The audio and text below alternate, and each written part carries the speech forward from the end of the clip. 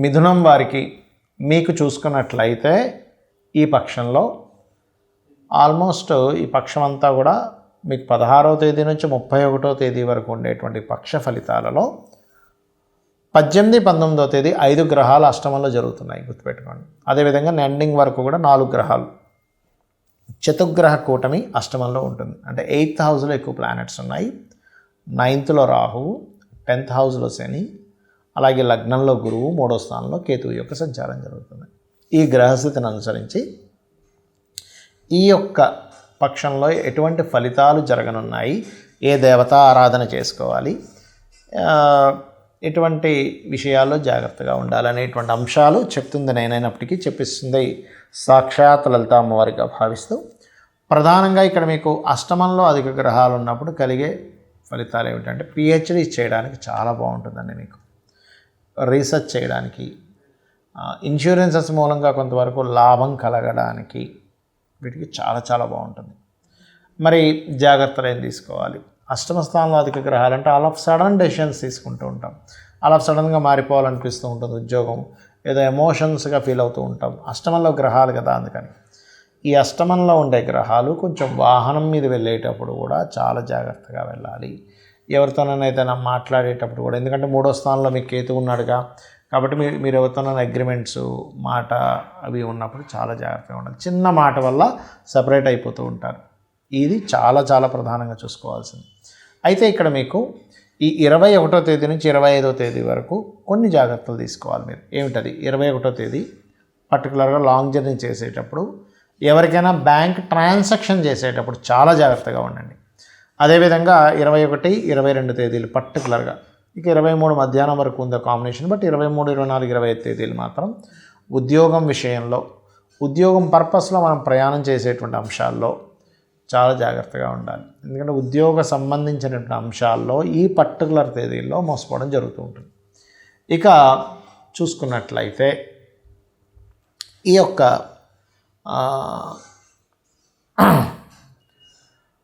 సమయంలో పర్టికులర్గా ఈ గురువు రాశిలో ఉంటూ దశమ స్థానంలో శని ఉన్నాడు కాబట్టి వర్క్ స్ట్రెస్ ఎక్కువగా ఉంటుంది. పర్టికులర్గా ఆదివారాలు, మంగళవారాలు ఎటువంటి అగ్రిమెంట్స్ చేయకండి. ఫైనాన్షియల్ గ్రోత్ ఉంటుంది, డోంట్ వరీ, గుర్తుపెట్టుకోండి. అలాగే మరొక విషయం ఏంటంటే ఇక్కడ మీకు ఈ సంతానం కోసం చేసే ప్రయత్నాలు ఫలిస్తాయి, డోంట్ వరీ. కాకపోతే ఏంటంటే కొంచెం ఆల్ ఆఫ్ సడన్ నిర్ణయాలు తీసుకునేటువంటి విషయాల్లో మాత్రం చాలా చాలా చాలా కేర్ తీసుకోండి. కాస్త గోవులకి అరటికాయలు తినిపించడము, బెల్లం తినిపించడం చేయండి. నవగ్రహాల్లో కూడా శని, రాహు మరియు కేతు, గురు గ్రహాల దగ్గర దీపారాధన చేయండి. 9వ స్థానంలో రాహు ఉన్నాడు కాబట్టి పర్టికులర్గా పితృదేవత ఆరాధన, మనకి ఎలాగో భోగి సంక్రాంతి కనుమ వస్తుంది కాబట్టి ఆ సమయంలో స్వయం పాకం ఇవ్వడం చేయండి, అనే విధాలు బాగుంటుంది. చాలామంది ఈ గోచార ఫలితాలు మాత్రమే కాకుండా జన్మజాతకంలో ఏమేమి ఉంటాయి అన్న చాలామంది అడుగుతూ ఉంటారు, అసలు ఏం చెప్పొచ్చు అని. నేను ఒకటే చెప్తాను, జ్యోతిష్శాస్త్రము అంటే మీకు వెలుగునిచ్చేది. అంటే ఒక కంప్లీట్ ఒక దగ్గరికి వెళ్తున్నారు, ఉదాహరణకి ఇక్కడ నుంచి మీరు ఏ తిరుపతితో వెళ్ళాలి, కారులో వెళ్తున్నారు, ఎటు వెళ్ళాలో మీకు రూట్ తెలియకపోతే మీ దగ్గర గొప్ప కారు ఉన్నా, ఎంత కాస్ట్లీ కారు ఉన్నా, అందులో ఎంత ఫ్యూల్ ఉన్నా, మీకు ఎంత చక్కగా మీకు డ్రైవ్ చేయడం వచ్చినా మీరు వెళ్ళలేరు, మీ దగ్గర ఎన్ని డబ్బులు ఉన్నాయి. ఎందుకంటే రూట్ తెలియాలి ఫస్ట్. ఆ రూట్ చెప్పేదే ఆస్ట్రాలజీ, గుర్తుపెట్టుకోండి.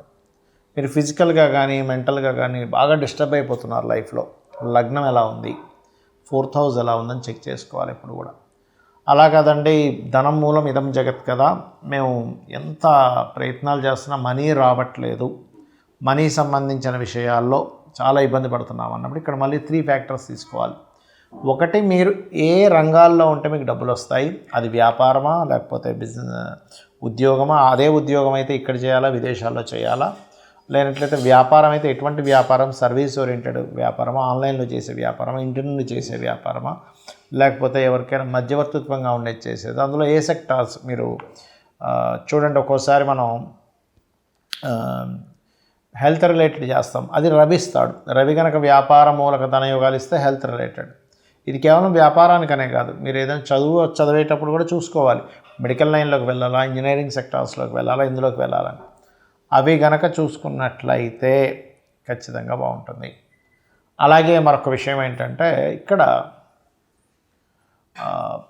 ఇవి కేవలం ధనం మాత్రమే అన్నట్టు కాకుండా మనం పాస్ట్ లైఫ్లో చేసుకున్న కర్మ ఏమిటి, ఎటువంటి కర్మలు చేయడం మూలంగా ఇంత గొప్ప అవకాశాలు వస్తున్నాయి, అదేవిధంగా ఎందుకు ఇంత ఇబ్బంది పడుతున్నామని ఒక క్లారిటీ ఇస్తుంది. మరి తెలుసుకోవడం వరకు ఏముంటుందా అంటే కాదు, చాలా చాలా చిన్న ఎందుకంటే మనకి కలియుగంలో కలి సాధువు అంటూ ఉంటారు. అంటే కలియుగంలో మనం కేవలం నామస్మరణ ద్వారా మన యొక్క దోషాలను తొలగించుకోవచ్చు. అంటే ఒక నామం, మీరు ఏ గ్రహం ద్వారా మీకు ఇబ్బంది కలుగుతుందో ఆ గ్రహం యొక్క అధిష్టాన దేవత తీసుకొని ఆ అధిష్టాన దేవత నామస్మరణ చేసుకుని సరిపోతుంది. అది మీకు ఉండేటువంటి సమస్యని బట్టి, మీరు పూజంలో చేసుకున్న కర్మని బట్టి, మీకు ఏ గ్రహం అసలు భూతత్వ రాశుల్లో ఉందా, అగ్నితత్వ రాశుల్లో ఉందా, జలతత్వ రాశుల్లో ఉందా, వాయుతత్వ రాశుల్లో ఉందా తీసుకొని ఇలా ప్రతి ఒక్కటి ఉంటుంది ఆస్ట్రాలజీలో. అంటే ఒక గృహం కొనుక్కుంటున్నాం, ఆ గృహము ఏ దిశ ఉన్న గృహాన్ని కొనుక్కుంటే మంచిది, దాన్ని 2 రకాలుగా క్యాలిక్యులేట్ చేస్తారు. అంటే మీ పేరులో ఉండే అక్షరాలని ముందు మీ పేరులో ఉండే మొదటి అక్షరాన్ని, అదేవిధంగా మీకు గ్రహస్థితి, మీ జన్మజాతకంలో ఉండేటువంటి గ్రహాల యొక్క స్థితిగతుల్ని తీసుకొని చూస్తారు. అయితే ఇక్కడ మీరు ఒకటే గుర్తుపెట్టుకోండి, ఎప్పుడు కూడా జ్యోతిష్శాస్త్రం అనేటువంటిది భయపెట్టేదో భయపడేదో కాదు. అది మీకు వే చూపించేది. ఒక దగ్గరికి వెళ్ళాలంటే ఎలా అయితే మనకి రూట్ తెలిస్తే ఎలా వెళ్ళి మన డెస్టినేషన్ ఎలా రీచ్ అవుతామో, సేమ్ యాజ్ ఇట్ ఈజ్ మన జీవితంలో అనేకమైన సమస్యలు ఉంటూ ఉంటాయి. అన్నదమ్ములతో గొడవలు ఉంటాయి, లేకపోతే అప్పుల పాలవుతూ ఉంటాము, రోగగ్రస్తులం అవుతూ ఉంటాము, లేకపోతే ఇల్లు కొనుక్కోలేకపోతుంటాము, మంచి ఉద్యోగంలో జాయిన్ అవ్వాలంటే అవ్వలేకపోతుంటాము, వ్యాపారం సాగదు, ఒక్కోసారి సంతానం కలగదు, లేనట్లయితే తెలిసిన వాళ్ళతోనే గొడవలు అవుతుంటాయి. ఇట్లా అనేకమైన సమస్యలు ఉంటాయి. అసలు ఆ సమస్య యొక్క రూట్ కాజ్ ఏమిటి, మీరు ఏ మంత్రము చేసుకుంటే, కొంతమంది చూడండి, నేను మంచి చెప్పినా చెడైపోతుందండి, నేను ఎవరితో ఏం మాట్లాడినా ఇబ్బంది వస్తుందండి అంటూ ఉంటారు.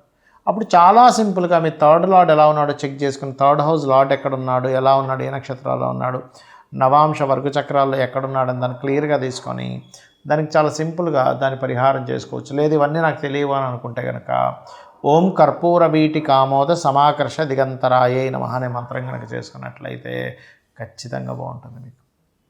ఆ రకంగా ఏంటంటే మీరు ప్లాన్ చేసుకోగలగాలి.